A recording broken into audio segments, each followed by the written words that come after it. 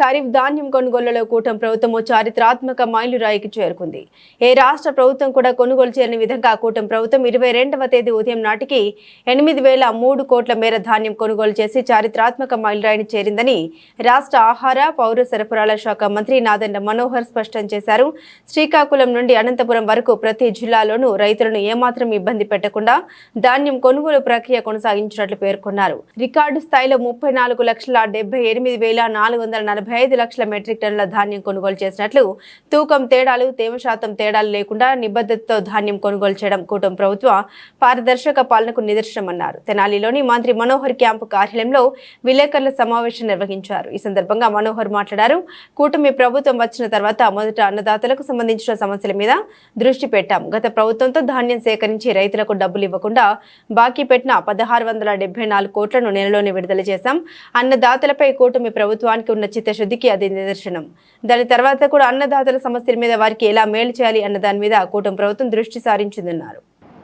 రాష్ట్ర ముఖ్యమంత్రి చంద్రబాబు నాయుడు గారి నాయకత్వంలో మన ఉప ముఖ్యమంత్రి గారు పవన్ కళ్యాణ్ గారి ప్రోత్సాహంతో ధాన్యం కొనుగోలు విషయంలో మా కూటమి ప్రభుత్వం ఈ రోజున అద్భుతంగా ఈ కార్యక్రమాన్ని ఖరీఫ్ మాసంలో ముందుకు తీసుకొచ్చాం.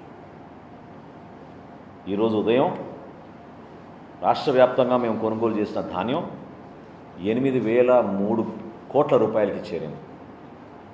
గతంలో ఎప్పుడు కూడా ఆంధ్రప్రదేశ్లో ఈ స్థాయిలో కొనుగోలు జరగలేదు.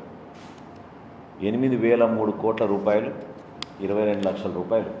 ఈరోజు ఉదయానికి మేము ఆ మైలురాయి చేరినప్పుడు చాలా అద్భుతంగా జరిగిన ఈ కార్యక్రమం మీ అందరికీ తెలియపరచాల్సిన బాధ్యత ప్రభుత్వం నుంచి మా పైన ఉంటుంది.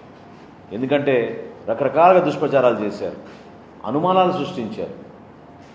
అసలు నిజంగానే ప్రభుత్వం కొనుగోలు చేస్తే డబ్బులు వాళ్ళకి అకౌంట్లో వేస్తారా అని కావాలని కొన్ని సమస్యలు తీసుకొచ్చారు. కల్లాల దగ్గరనే రైతులు వాపోతున్నారని, సరుకులు కొనేవారే లేరని, క్షేత్రస్థాయిలో ఏదో అపోహలు సృష్టిస్తే ఈ వ్యవస్థకి చెడ్డ పేరు తీసుకొచ్చే విధంగా ఒక దుర్మార్గమైన ప్రచారం చేశారు. 34,78,445 మెట్రిక్ టన్నులు ధాన్యం ఈ రోజుకి మేము కొనుగోలు చేశాం. 8,003 కోట్ల రూపాయల 22 లక్షల రూపాయలు విలువ చేసే ధాన్యాన్ని రైతులందరికీ కూడా మనస్ఫూర్తిగా వాళ్ళకి నమస్కరించుకుంటూ 24 గంటల లోపే వాళ్ళ ఖాతాలోకి జమ చేశాం. ఇది మా కూటమి ప్రభుత్వం యొక్క చిత్తశుద్ధి. ఏ విధంగా మేము ప్రభుత్వంలో రాగానే రైతాంగాన్ని కాపాడుకోవాలి అనే ఒక నిర్ణయం తీసుకుని, ఆర్థిక ఇబ్బందులున్నా కూడా దీనిపైన లోతుగా అవగాహన తెచ్చుకుని ఎక్కడ పొరపాటు జరగకుండా ఒక నూతన ఒరవిడి ముఖ్యమంత్రి గారు సలహా మేరకు 48 గంటల్లోనే డబ్బులు జమ చేస్తామనే మాట మేము ఇచ్చినప్పుడు 48 గంటలు కాదు, 24 గంటల్లోనే మేము ఈ డబ్బు వాళ్ళ ఖాతాలోకి జమ చేశాం. చిన్న ఉదాహరణ చెప్తా, 2-3 ఉదాహరణలు. గుంటూరు జిల్లా గత సంవత్సరం వైఎస్ఆర్సీపీ ప్రభుత్వంలో మన గుంటూరు జిల్లాలో కొనుగోలు చేసింది 4,730 మెట్రిక్ టన్నులు. కేవలం 4,730 మెట్రిక్ టన్నులు కొనుగోలు చేశారు. అదే మన కూటమి ప్రభుత్వం 40,009 మెట్రిక్ టన్నులు కొనుగోలు చేశాం. అంటే 746% గత ప్రభుత్వం గత సంవత్సరంతో పోలిస్తే మనం ధాన్యం కొనుగోలు చేశాం. బాపట్ల జిల్లాలో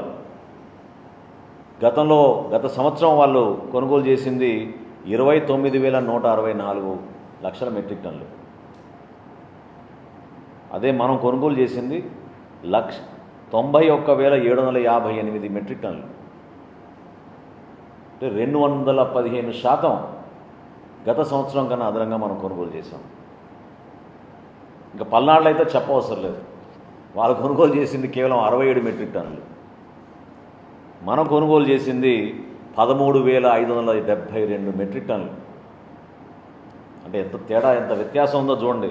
20,000% తేడా ఉంది వాళ్ళకి మనకి. ఆ విధంగా ఒక అద్భుతమైన ప్రణాళికతోటి రైతుకి ఇబ్బంది పడకుండా గత సంవత్సరం ఖరీఫ్ మాసంలో ఇదే వైఎస్ఆర్సీపీ ప్రభుత్వం కేవలం 29,85,000